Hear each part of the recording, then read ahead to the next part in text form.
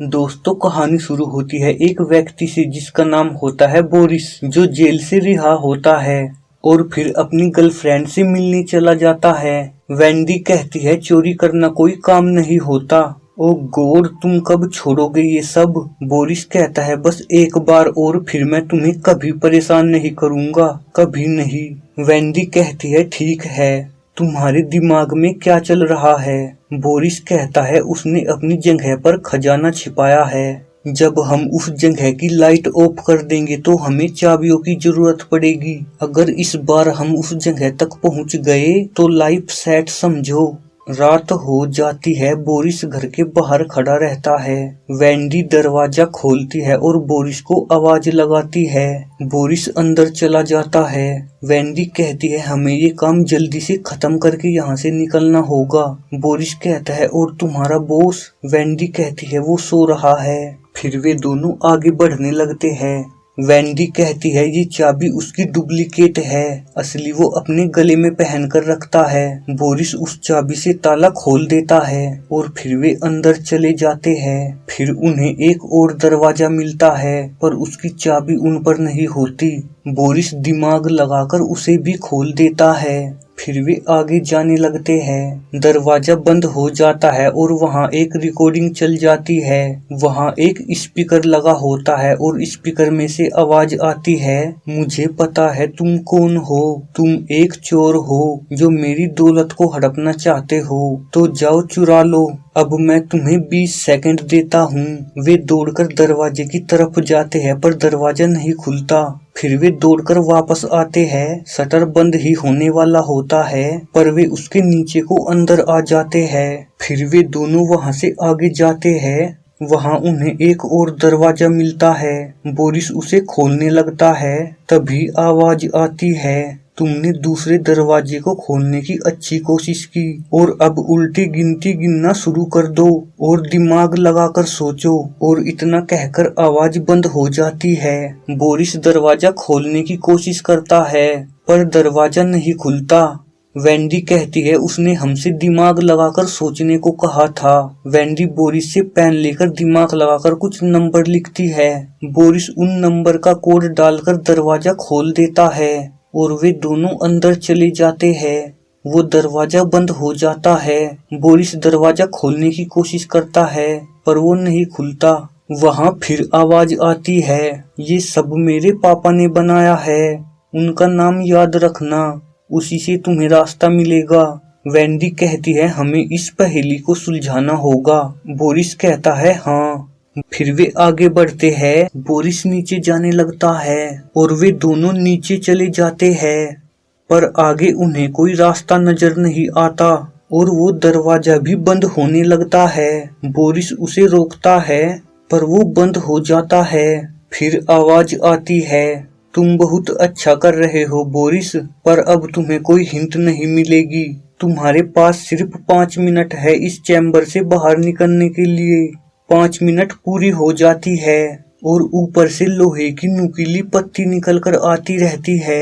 Boris को दीवार में कुछ खाली खाली सा महसूस होता है। बोरिस उसमें लात मारता है और वो दीवार टूट जाती है। बोरिस उसे और तोड़ देता है। फिर बोरिस उसमें बढ़ जाता है और वेंडी को भी पकड़ लेता है। वे दोनों बच जाते हैं और वे लोहे की पत्ती नीचे मिल जाती है। फिर आवाज आती है, तुमने जीने का रास्ता खोज लिया। जब इंसान की मौत सामने आती है तो वो कुछ भी कर सकता है, नहीं तो उसे अपनी क्षमता और ताकत का पता नहीं चलता। वेंडी आगे जाने लगती है। बोरिस उसे रोकता है पर फिर भी वेंडी चली जाती है और नीचे किसी चैम्बर में गिर जाती है। वेंडी को वहाँ किसी व्यक्ति की लाश मिलती है। बोरिस ऊपर से वेंडी को कहता है, वहाँ कहीं निकलने की जगह है, दरवाजा या कुछ भी। वेंडी कहती है यहाँ पर लोहे की बनी चीजें दीवारों पर लगी है, उनमें पेंच लगे हुए हैं। बोरिस कहता है वहाँ पर जरूर कोई पेंचकस होगा। वेंडी को लाश के हाथ में पेंचकस दिख जाता है। वेंडी उसके हाथ में से पेंचकस निकालकर पेंच खोलने लगती है। वेंडी एक पेंच खोल देती है और दूसरा खोलने लगती है और दूसरा भी खोल देती है और तभी चैम्बर में लगे सभी पाइप में पानी आने लगता है। वेंडी बोरिस को कहती है यहाँ पानी भर रहा है।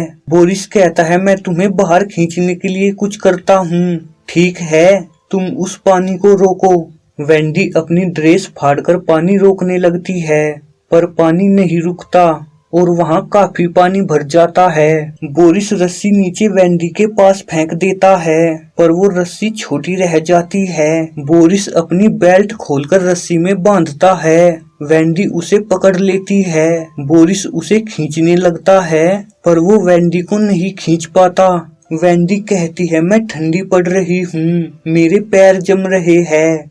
और तभी धीरे धीरे पानी कम होने लगता है और सारा पानी चला जाता है। बोरिस भी रस्सी के सहारे वेंडी के पास आ जाता है और उसे अपनी शर्ट निकालकर पहनाता है, उसके पैरों की मालिश करता है और फिर बोरिस उसकी अच्छी तरह ठंड उतारता है। बोरिस फिर पैच खोलने लगता है और सारे पैच खोलकर उस लोहे की प्लेट को उतार देता है। फिर वे दोनों उसके अंदर आ जाते हैं। वहाँ एक पैसों से भरा ब्रीफ केस रखा रहता है। तभी वहाँ आवाज आती है कि इस ब्रीफ केस में 5 करोड़ रुपए है, तुम चाहो तो इसे ले जा सकते हो या ईमानदार आदमी की तरह इसे यहीं छोड़कर जा सकते हो। इस आखिरी दरवाजे के पीछे 7वां दरवाजा है, तुम्हें वहाँ इससे भी बेशकीमती खजाना मिलेगा। और आवाज बंद हो जाती है। वेंडी कहती है इसे मत छूना, हो सकता है इसमें कोई नया मौत का तमाशा हो। बोरिस कहता है वेंडी हम यहाँ इसी के लिए आए हैं। वेंडी कहती है हमें पैसों को छोड़कर बाहर निकलने की सोचनी चाहिए। फिर बोरिस दरवाजा खोलता है और वे दोनों बाहर जाने लगते हैं। बोरिस कहता है मैं इन्हें चेक किए बिना नहीं जा सकता और बोरिस उन पैसों को हाथ में उठाकर देखने लगता है। फिर नीचे बैठकर देखता है, वहाँ एक बारीक तार बंधा रहता है। बोरिस नीचे फूंक मारकर देखता है तो नीचे बम लगा हुआ होता है। बोरिस फिर भी उसमें से कुछ पैसों की गड्डी उठा लेता है और वे लिफ्ट से बाहर जाने लगते हैं। बोरिस लाइट बंद कर देता है। वेंडी बाहर देखती है, वहाँ कोई नहीं होता। वेंडी कहती है आओ बाहर चले। बोरिस कहता है कुछ पैसे तुम रख लो। वेंडी कहती है प्लीज मेरे साथ चलो, पर बोरिस नहीं जाता और वेंडी को बाहर भेज देता है। बोरिस फिर लिफ्ट से पैसों के पास जाता है और अपनी शर्ट निकालकर पैसे उसमें रखने लगता है। वेंडी अपने घर आ जाती है और नहाने लगती है और बोरिस के बारे में सोचती रहती है। बोरिस सारे पैसे अपनी शर्ट में रखकर ले जाने लगता है, बस एक गड्डी रह जाती है और जैसे ही बोरिस उस गड्डी को उठाकर चलता है, बम ब्लास्ट हो जाता है और बोरिस वहीं मर जाता है। वेंडी बोरिस के बारे में बैठी सोचती रहती है और यहीं पर कहानी खत्म हो जाती है दोस्तों।